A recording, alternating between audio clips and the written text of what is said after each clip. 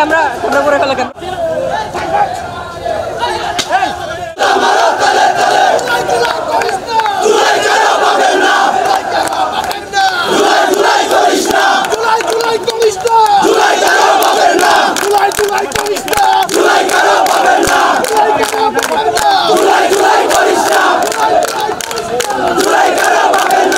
আলহাজ সালাউদ্দিন আহমেদের নামে এনসিপির কথিত সাধারণ সম্পাদক ডারবি নাসির যে কটূক্তিপূর্ণ মন্তব্য করেছে, আমরা আজকের এই বিক্ষোভ মিছিল থেকে এই কুরুচিপূর্ণ মন্তব্যের তীব্র নিন্দা এবং প্রতিবাদ জানাই।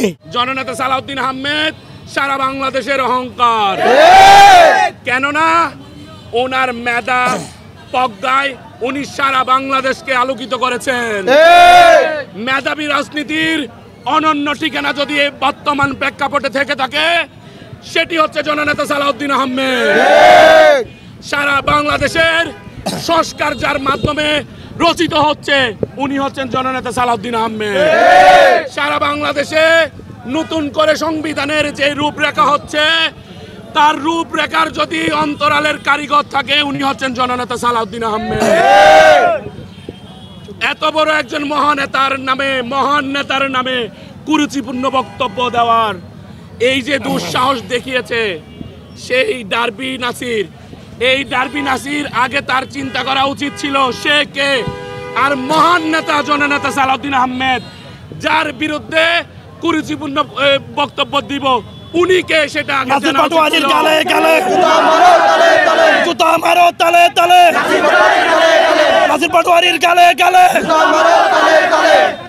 আমার